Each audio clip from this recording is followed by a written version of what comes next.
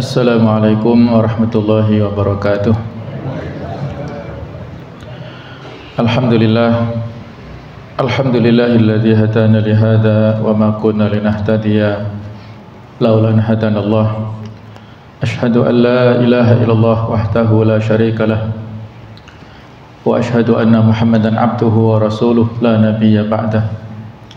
Allahumma salli wa sallim ala sayyidina wa habibina wa maulana Muhammad wa ala alihi wa ashabihi wa ansarihi wa junudihi wa man sara ala nahjihi wa ta'bi da'watihi ila yaumil qiyamah. Allahumma inna nas'aluka ilman nafi'a wa na'udzubika min 'ilmin la yanfa'. Subhanaka la ilma lana illa ma 'allamtana innaka antal alimul hakim wa tub 'alaina innaka antat tawwabur rahim. Rabbi shrah li sadri wa yassir li amri wahlul 'uqdatam min lisani yafqahu qawli, amma ba'd. Hadirin hadirat ma'asyiral muslimin wal muslimat rahimakumullah. Marilah kita lanjutkan kajian dari tafsir surah Ali Imran ayat 130 sampai dengan 136 ya. Pada bagian ketiga ini tentang perintah bagi kaum mukminin untuk mengerjakan kebaikan dan meninggalkan kemungkaran, serta balasan bagi orang-orang yang taat dan balasan bagi orang-orang yang melakukan kemaksiatan ya.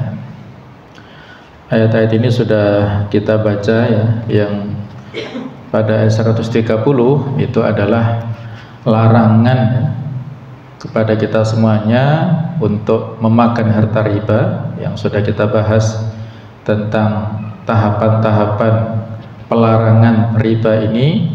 Dan ayat 130 ini adalah tahapan yang ketiga ya, sebelum nantinya kita dilarang pada tahapan yang terakhir, pada tahapan keempat, tidak boleh memakan harta riba sekecil apapun.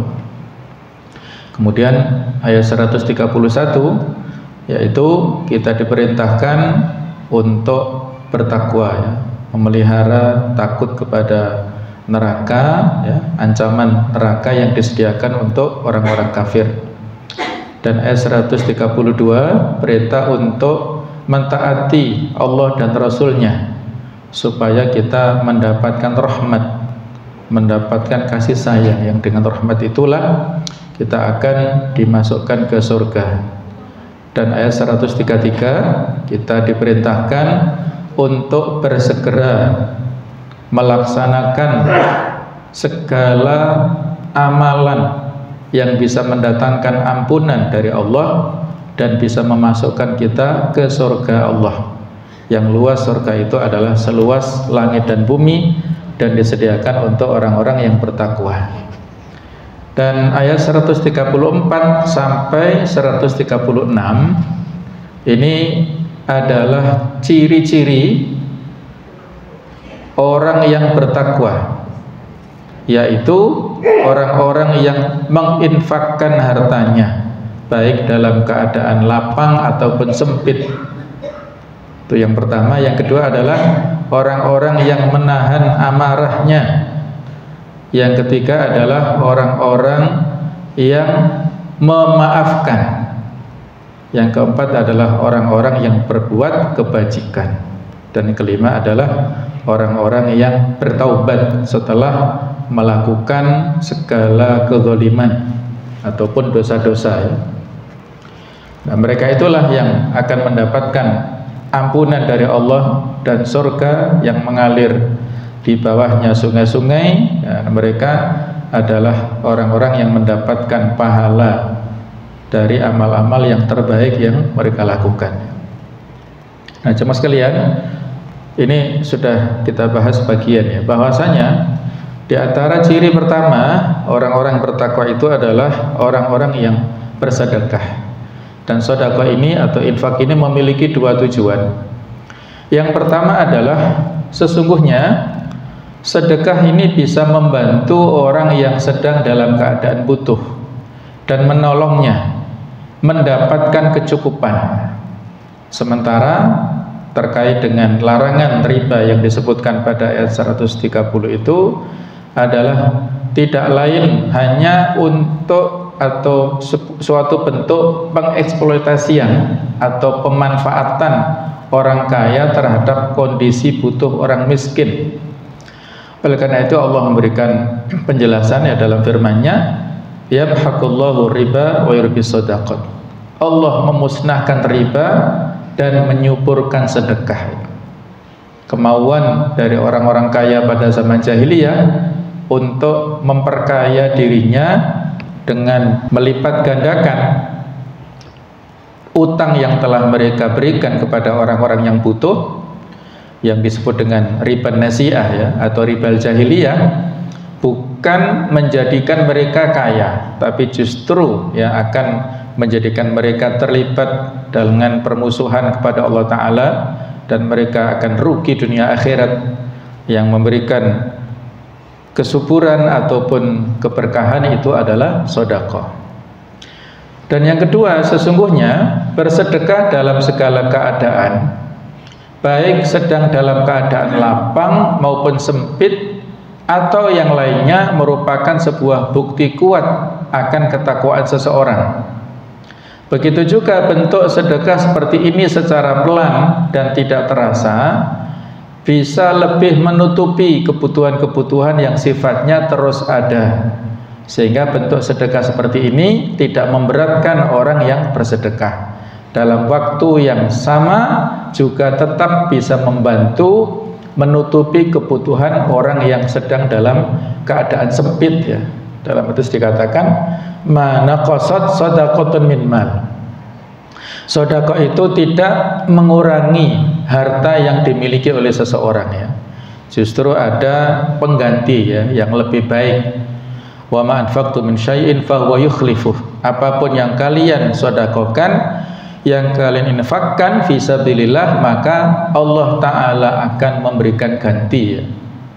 Jadi kita tidak perlu eman-eman mengeluarkan biaya belanja apapun fi sabilillah, dalam rangka keperluan ibadah ya, fi sabilillah, di jalan Allah. Apakah untuk ibadah mahdhah, kita berangkat haji, kita berangkat umroh, kita mengalokasikan harta yang relatif tidak sedikit ya, apalagi pada saat ini ya, biayanya semakin mahal dan semakin lama masa tunggunya. Tapi apabila kita mengalokasikan itu ikhlas lillahi ta'ala, maka akan ada gantinya dari Allah. Tidak perlu eman-eman ya. Kalau kita punya kecukupan harta, silahkan monggo kita daftar haji plus atau haji khusus ya. Kalau ini masih dirasa lama, karena sekarang semakin lama, mungkin 8 tahunan atau 9 tahunan haji khusus. Kalau haji yang reguler malah semakin lama, mungkin ya 35 tahun ya barangkali ya di Jawa Timur ini. Nah, kalau ada dana, ada harta, monggo silahkan daftar haji furoda, haji mandiri dengan visa ziarah, visa perdagangan dan sebagainya. Kita berlomba-lomba ya untuk berangkat ke tanah suci menunaikan rukun Islam yang kelima. Sebanyak apapun harta yang kita alokasikan, insya Allah ada gantinya dari jalan rizki yang bermacam-macam ya. Tidak perlu eman untuk sebuah ibadah. Nah, itulah ya, Allah Ta'ala akan mengganti ya. Nah, terkait dengan kebutuhan sedekah yang kita alokasikan kepada orang lain ini ya, ada sebuah kata bijak yang berbunyi, berilah sedikit, karena kebutuhan orang yang tidak mampu untuk memenuhinya itu lebih sedikit dari itu ya. Kita memberikan ala kadarnya, itu dirasa sesuatu yang sangat bermanfaat bagi orang yang menerimanya ya. Sekecil apapun yang kita berikan, insya Allah bermanfaat bagi yang menerimanya ya. Itu masing-masing berbeda-beda. Ada yang diuji seperti ini ya dengan suaminya, ada yang diuji dengan kenakalan putra-putrinya, ada yang diuji dengan mungkin kenakalan istrinya bagi yang laki-laki ya, ada yang diuji dengan orang tuanya, ada diuji dengan pekerjaannya, macam-macam lah ya. Seseorang itu diuji berbeda-beda ya. Maka disinilah perlu kesabaran ya. Dan orang-orang seperti ini perlu dikasihani ya, memberikan sedekah kebutuhan yang mungkin tidak banyak, tapi itu sangat dibutuhkan oleh yang bersangkutan. Ya Allah a'lam bishawab. Nah, jemaah sekalian, kita senang ya kepada kebajikan dan selalu ingat akhirat adalah dua faktor yang mampu menggerakkan perasaan kasih sayang di dalam diri seseorang dan mampu mendorongnya untuk bersedekah sedikit tapi kontinu dan istiqomah ya.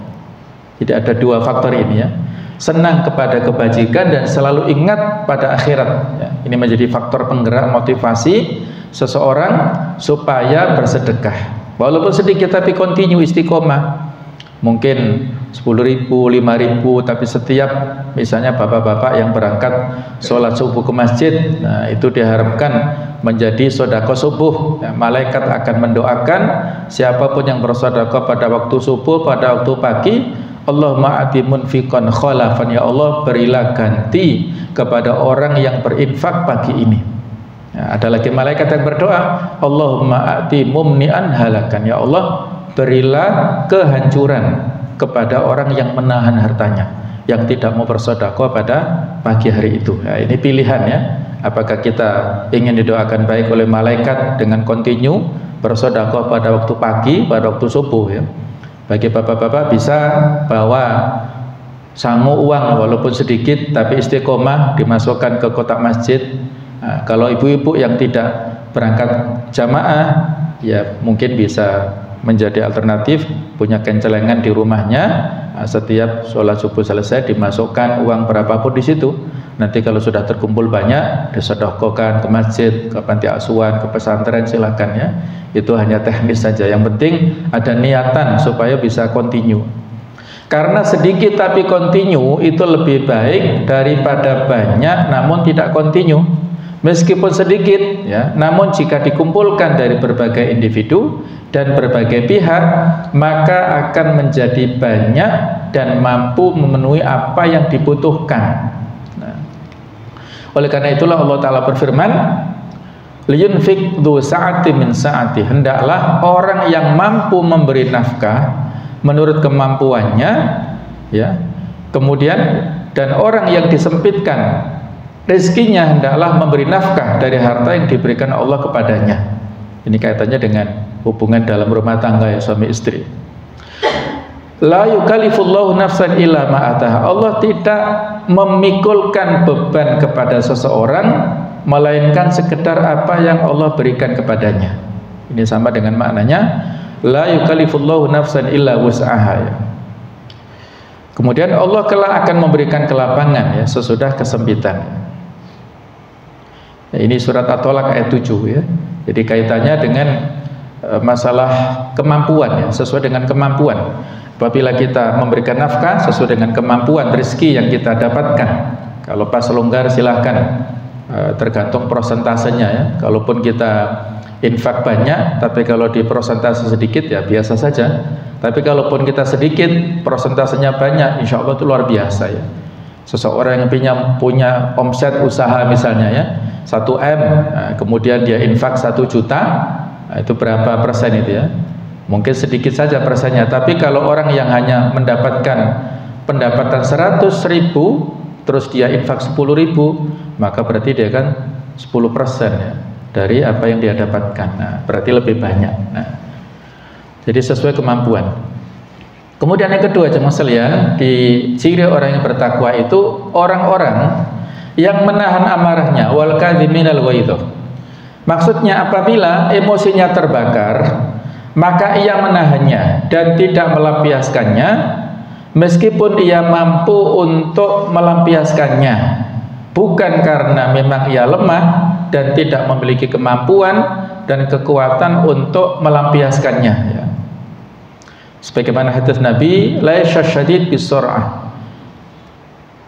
Bukanlah orang yang kuat itu orang yang selalu menang gulat duel ataupun adu fisik ya.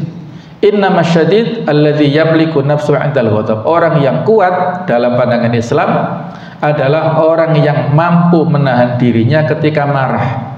Hadis sahih Bukhari Muslim ini ya. Dia mampu mengendalikan emosinya. Tidak marah-marah, tidak ngomel-ngomel, tidak mengekspresikan kemarahannya dalam bentuk tenaga, kekuatan fisik ya, tapi dia menahan. Itulah orang yang kuat dalam pandangan Islam ya. Kemudian ada satu saat ketika ada seorang sahabat Harithah bin Qudamah As-Sa'di berkata, "Wahai Rasulullah, berilah aku wasiat atau nasihat." Lalu beliau berkata, "La taghdab, jangan marah ya."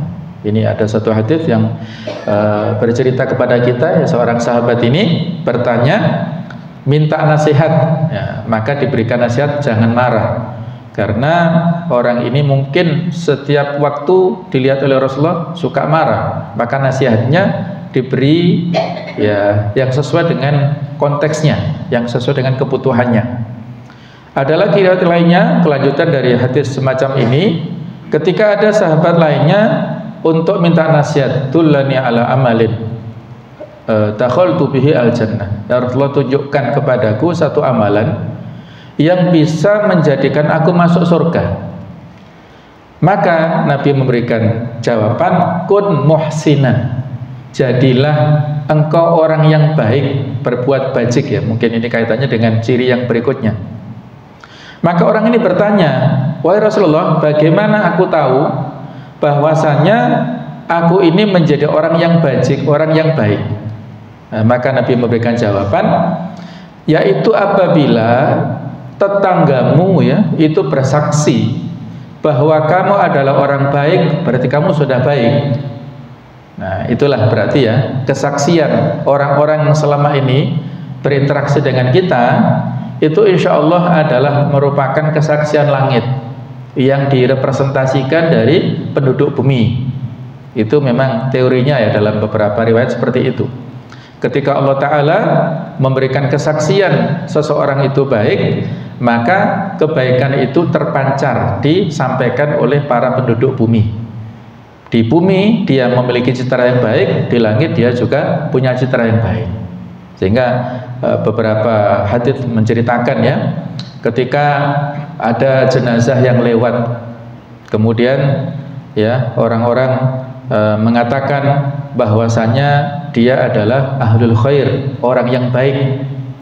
Orang-orang yang lewat itu menyaksikan begitu, maka Nabi mengatakan wajibat ya, wajib ya. Komentarnya seperti itu. Kemudian ketika ada jenazah lain yang lewat dan orang-orang mengatakan bahwasanya itu adalah ahlus su, orang yang buruk, orang yang ahlul maksiat, nah, maka Nabi juga mengatakan wajibat, dia wajib. Nah, maka para sahabat bertanya, Rasulullah, tadi ketika ada yang lewat terus diberikan komentar oleh orang-orang begini, Anda mengatakan itu wajib, apa maknanya? Maka Nabi mengatakan wajib orang itu masuk surga karena Allah ridho kepadanya, dia betul-betul baik seperti yang diakui oleh kebaikan oleh kawan-kawannya.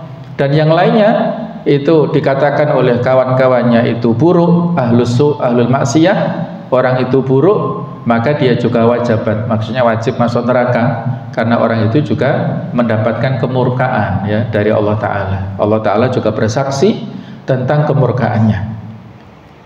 Sehingga di akhir hadis Nabi mengatakan bahwa para malaikat itu adalah saksi kalian di langit dan manusia itu adalah saksi kalian di bumi. Nah, itu tadi ya, citra yang positif di langit akan memberikan dampak citra positif di bumi, dan begitu pula sebaliknya. Maka mari kita jaga ibadah sosial kita, hablum minan nas, dan ibadah mahdhah kita atau ibadah ritual kita, hablum minallah, secara seimbang ya.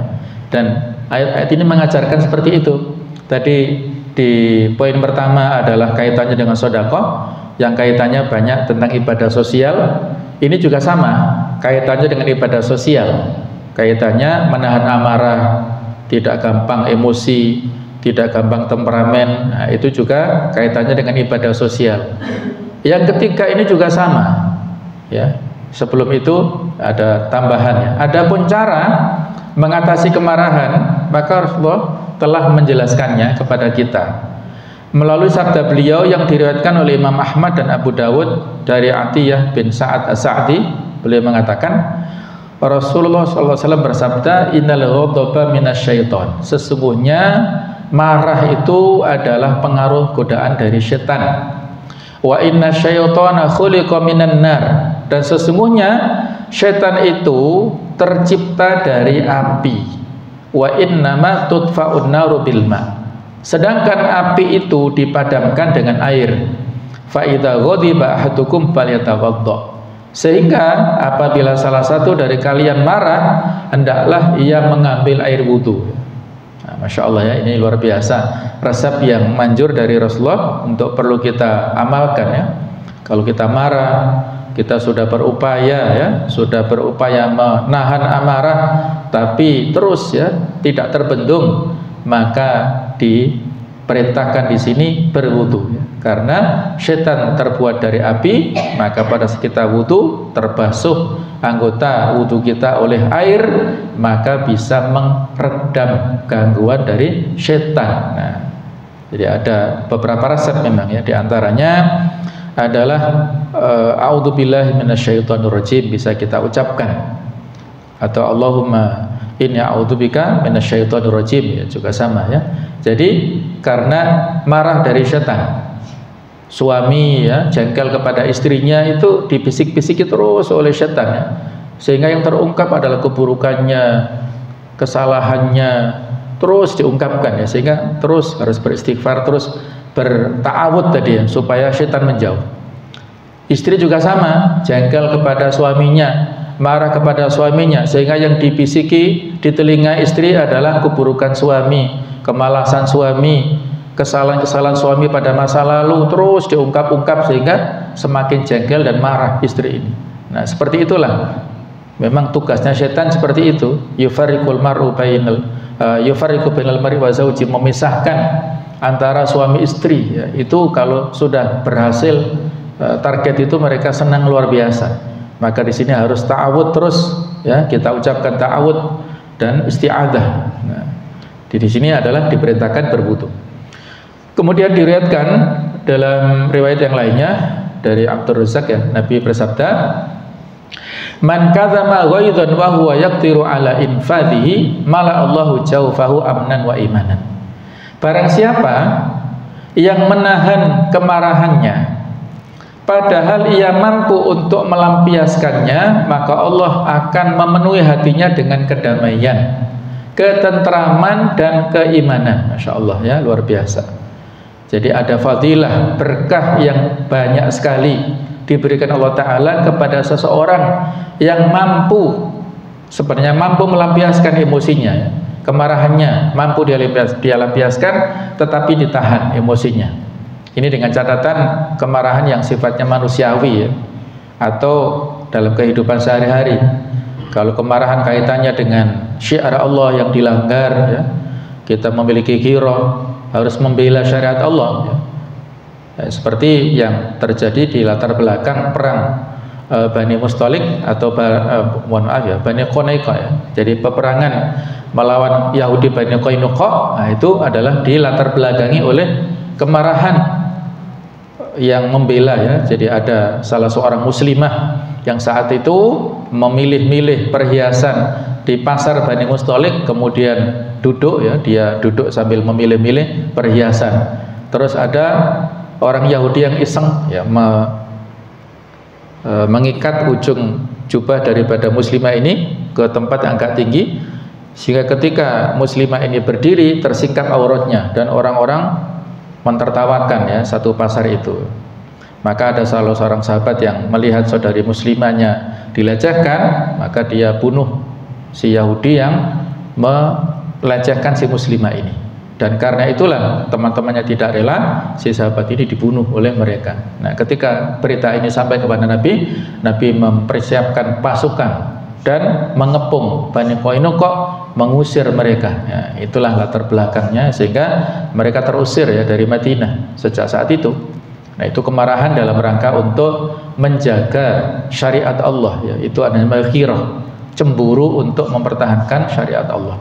Itu dipersilakan atau malah diperintahkan ya. Yang di konteks di sini adalah marah karena motif-motif duniawi ya, harus kita tahan. Diriwayatkan dari Sayyidah Aisyah bahwa pada suatu ketika pembantunya membuat dirinya marah, lalu ia berkata, alangkah baiknya ketakwaan saya tidak meninggalkan kesembuhan bagi rasa marah, tidak memberikan peluang sedikit pun tentang marah ini ya, sehingga diusir ya, dia lebih memilih ketakwaan. Berikutnya poin ketiga, sifat ketiga orang-orang yang bertakwa adalah wal'afina 'anin nas. Orang-orang yang memaafkan kesalahan orang lain.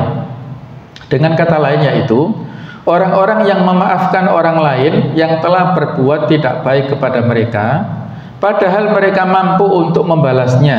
Nah, ini adalah salah satu bentuk kemampuan menahan diri yang membuktikan akan luasnya akal, cerdasnya pikiran, kuatnya tekad dan kepribadian.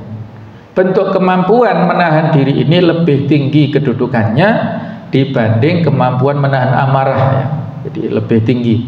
Karena seseorang yang mampu menahan amarah dan emosi, kemungkinan di dalam hatinya masih menyimpan rasa benci dan marah.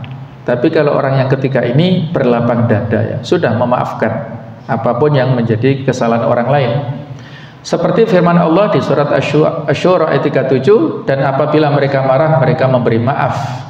Kemudian di hadis yang lain, man sarrahu an yushrafa lahul bunyan wa turfa'a lahu darajat falyafu amman dzalamahu wa yu'ti man haramahu wa yasil man qata'ahu. Barang siapa yang ingin istananya ditinggikan nanti di surga ya, dan derajatnya ditinggikan di surga dan juga di dunia insyaallah, maka hendaklah ia memaafkan orang yang mendoliminya, memberi kepada orang yang tidak mau memberinya, dan menyambung hubungan dengan orang yang memutuskannya, menyambung tali silaturahim kepada orang yang memutuskan. Orang yang benci, orang yang memusuhi justru disambung kekeluargaannya, maka itulah akan mendapatkan kehormatan, mendapatkan kemuliaan dari Allah Ta'ala, apakah nanti di surga ataukah kemuliaan ketinggian derajat di dunia ini. Kemudian berikutnya diriwayatkan dari Ibnu Abbas berkata, Rasulullah bersabda, idza kana yaumul qiyamah nada munadin yaqulu, nanti pada hari kiamat ada penyeru yang memanggil, ainal afuna 'anin nas, di manakah orang-orang yang gemar memaafkan orang lain. Halummu ila rabbikum, pergilah kalian kepada Tuhan kalian, wa khudhu ujurakum, dan ambillah pahala kalian, wa haqqo ala kulli imri'in muslimin idza afa an yadkhulal jannah, dan sudah tetap pasti atas setiap muslim untuk masuk surga jika ia mau memaafkan orang lain ya. Pintu-pintu surga ini jumlahnya 8, yang masing-masing ditujukan untuk orang-orang yang spesialis, yang memang suka untuk melakukan amal-amal kebaikan. Ada babul jihad, pintu khusus untuk para mujahidin fisabilillah. Ada babul sedekah, untuk orang yang rajin sedekah. Ada ahlus sholat, untuk orang-orang yang rajin sholat. Dan ada babur royan ya, pintu ar-royan untuk ahlus siyam, orang-orang yang rajin puasa. Ada babul haji wal umrah, orang-orang yang melaksanakan haji dan umrah. Al-hajjul mabrur laisa lahu jazaa ilal jannah, haji yang mabrur tidak ada balasan kecuali surga.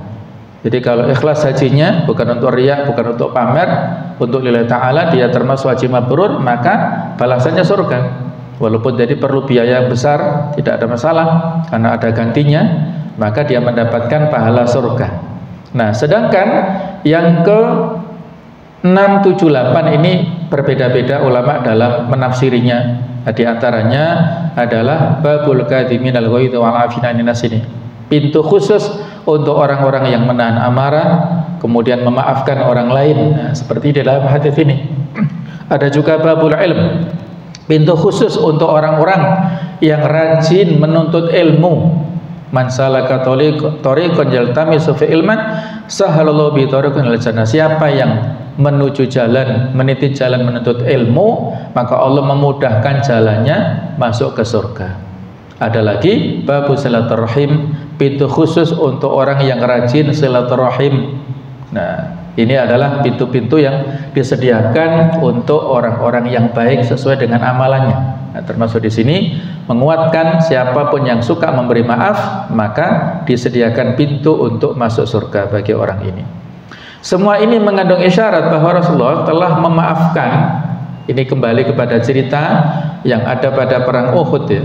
Nabi telah memberikan instruksi kepada pasukan pemanah agar tidak turun dari bukit, sehingga menjaga pertahanan barisan kaum muslimin ya. Ternyata pada saat melihat orang-orang kafir sudah banyak yang mati ya, mereka turun untuk mengambil banyak ghanimah.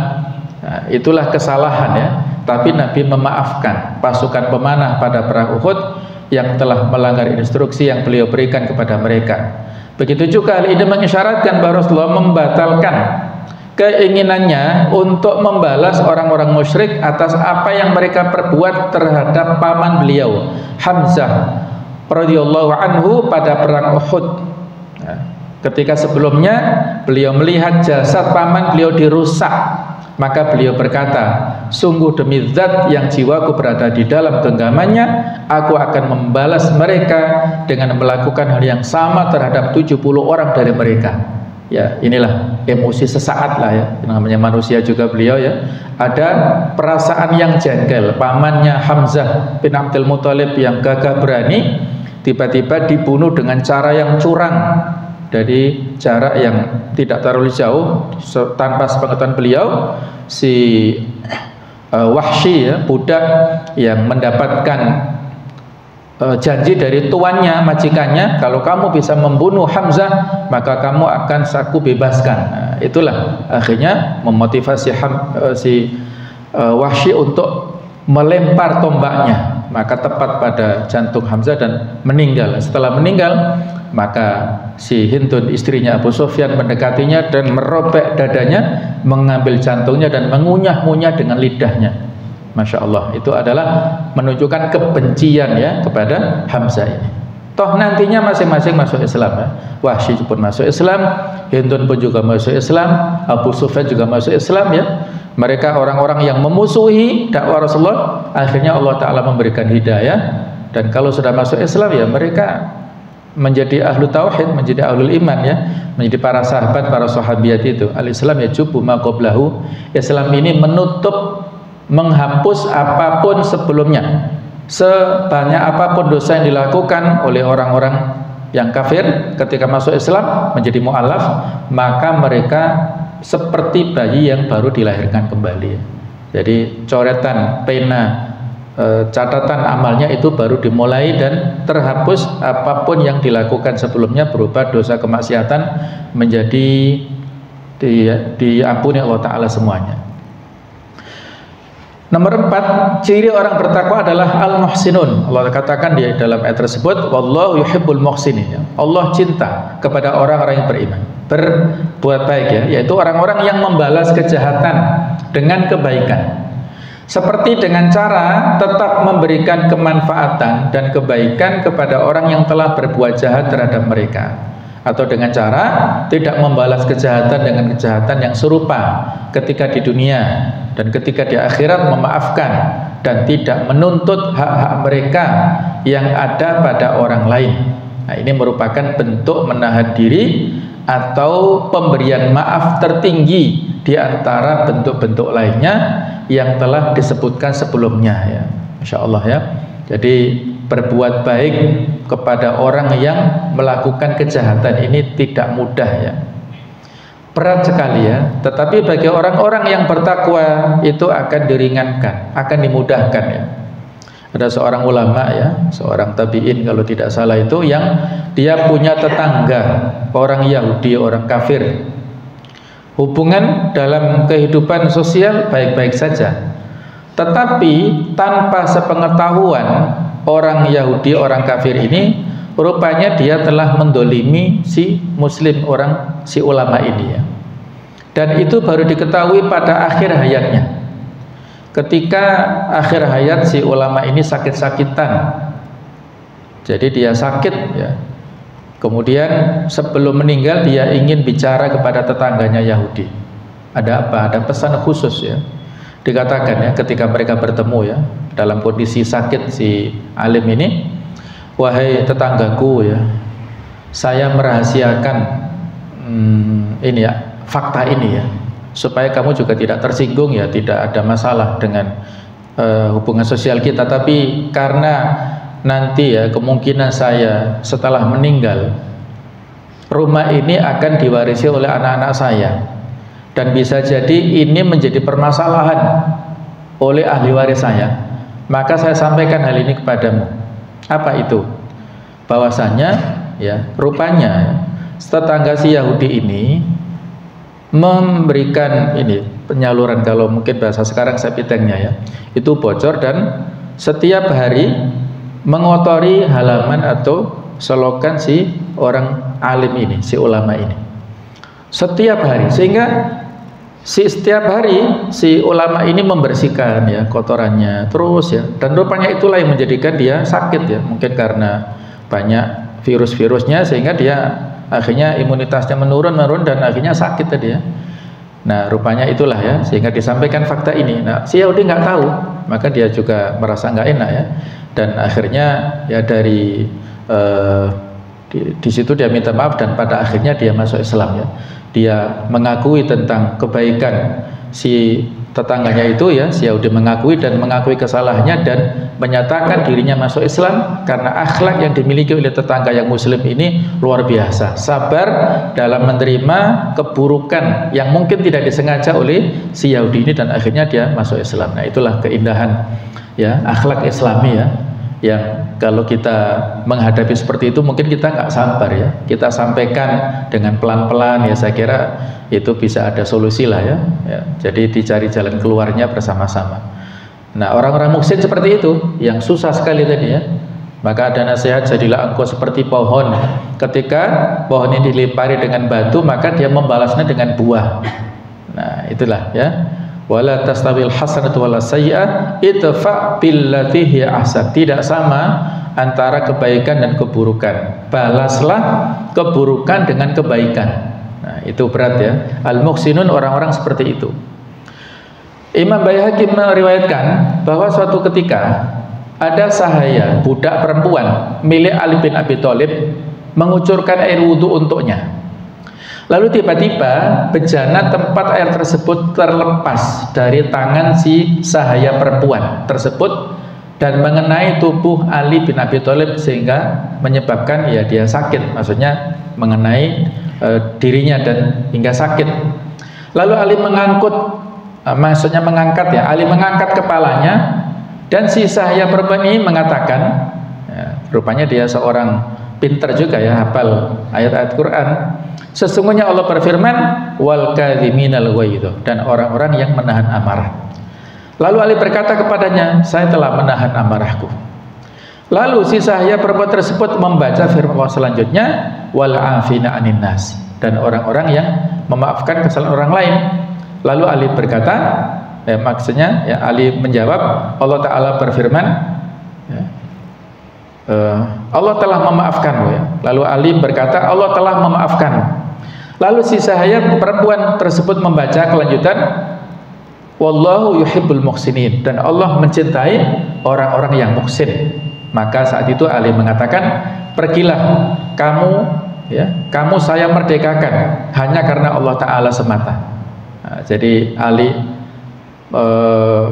tanggap dan respect ya dengan sikap perempuan ini yang mengingatkan kepada Ali bukan hanya menahan amarah tapi juga memaafkan, dan juga ini al-muhsin tadi sudah kita bahas, membalas keburukan dengan kebaikan. Maka Ali menjadi sadar dan memberikan reward kepada si sahayanya dengan memberikan kemerdekaan kepada perempuan budak tersebut ya.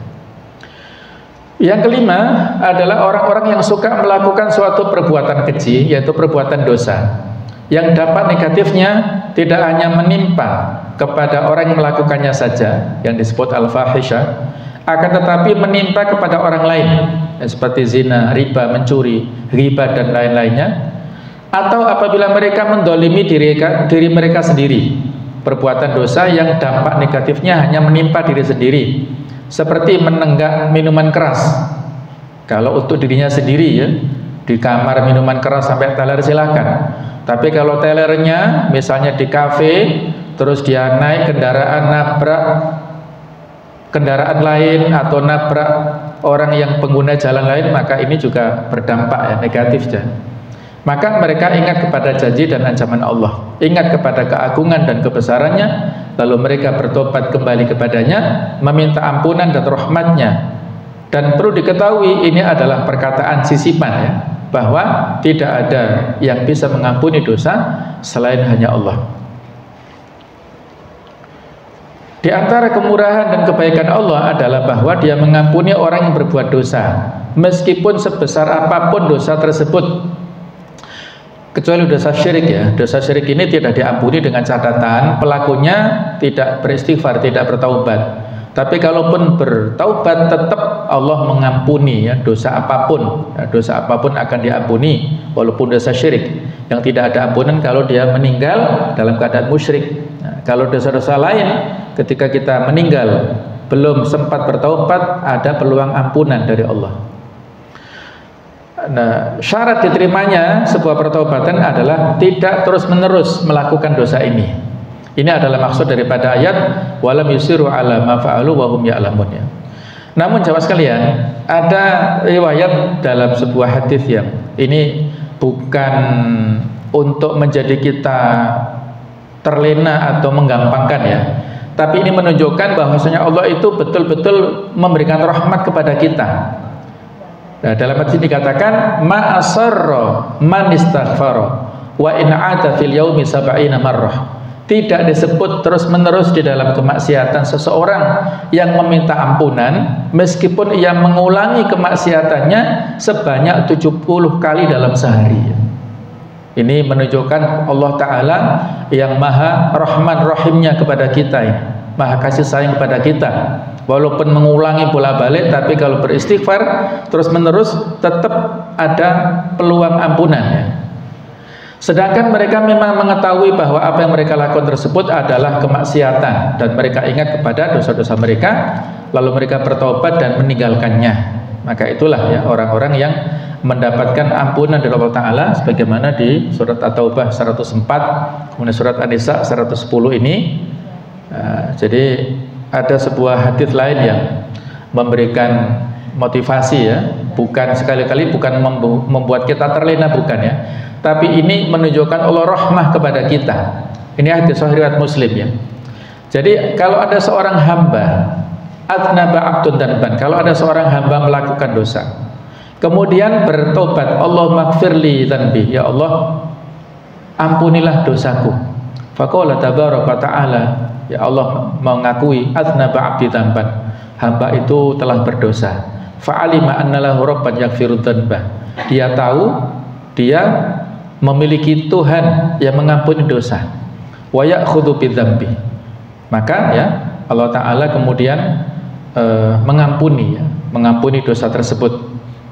Summa ada, terus ya, ini riwayatnya berulang-ulang ya, sampai pada akhirnya dia dosa beristighfar sampai Allah Ta'ala begini ya, sampai akhir hadis mengatakan i'mal ma syi'ta faqad ghafartu laka, kerjakan apa yang kamu lakukan, yang kamu inginkan, aku telah mengampunimu. Nah, ini sekali lagi bukan menunjukkan kita menggampang-gampangkan ya, toh Allah Maha Pengampun, enggak.